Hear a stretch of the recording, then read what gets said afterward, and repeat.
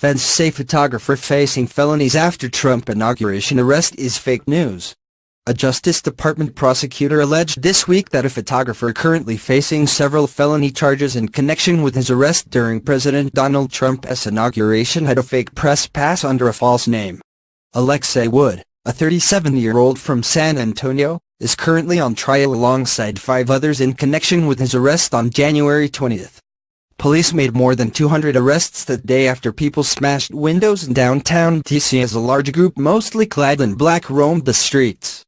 Prosecutors have conceded there is no evidence that any of the 6 individuals currently on trial actually caused any destruction, but say they are guilty of several felony charges for enabling what prosecutors have called a riot. There are 181 others facing felony trials over the next year, and this first trial could determine how the Office of the U.S. Attorney for the District of Columbia, currently headed by a Trump appointee, handles the remainder of the cases. Wearing purple medical gloves, Assistant U.S. Attorney Jennifer Kirchhoff on Wednesday dangled a lanyard in a press pass, labeled as Government Exhibit 48, before Metropolitan Police Department Detective Greg Pemberton, who has spent months poring over the extensive video footage that captured the unrest in downtown D.C. on January 20th. Pemberton said there was no evidence that Wood's identification was a legitimate press badge. Earlier in the week, Kirchhoff suggested that Wood had fake credentials under the false name of John Osborne. Pemberton said Wednesday that John Osborne was not an alias for Woods, but that the press pass did feature Wood's image. Wood and his attorney Brett Cohen declined on Wednesday to explain Wood's apparent use of another name, but Wood is expected to take the stand when the trial resumes next week. There are a variety of types of press passes, so it is difficult to label any single pass as fake.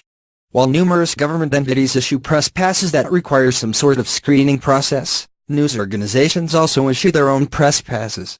The pass Wood was apparently carrying was purportedly issued by Indie Media or Glass Bead Media Collective, according to court testimony. Wood live-streamed nearly the entire protest on Facebook, and the prosecution played the whole video for jurors on Tuesday afternoon and Wednesday morning. The video does not show Wood engaged in any violence or destruction, but does show him making comments that could be seen as supportive of property destruction. The video shows him getting into verbal confrontations with the man who apparently grabbed a demonstrator as well as a biker for Trump who tried to assist police officers in apprehending one individual. "My professionalism is certainly up to be criticized, and I am open to it and I am welcoming of it," Wood told HuffPost in a prior interview. "But I absolutely stand by that I did nothing illegal and I did nothing wrong." Kirchhoff had told jurors in her opening statement that they do see Wood cheering when the destruction happens. Wood's attorney argued that his comments on the video, while they may be disagreeable, were directed not at the people around him, but rather at the audience watching his live-stream. Wood, who has worked as a wedding and commercial photographer, says he came to D.C. in hopes of building his photojournalism resume. Officers on the scene released many of the journalists they detained in the mass arrest. But the decisions about who was allowed out of the police kettle seemed arbitrary. The government has presented as evidence a video featuring Lauren Southern, the alt-right YouTube commentator who was released without being arrested. Southern's team apparently had to mislead police to get out of the kettle. "I had to pretend I was pregnant," Southern said in another video. "My security had to yell she's pregnant to get me out of there." In the full video that was introduced at trial, a male voice says he's got a pregnant lady coming out, as they emerge from the kettle before Southern says, we re media. Of the 9 journalists who were arrested that day, only 2 are still facing charges. Alex Rubinstein, who works with Russian-funded Root, wrote a lengthy post this week detailing his experience and said a judge recently exonerated him of the charges the government previously dropped.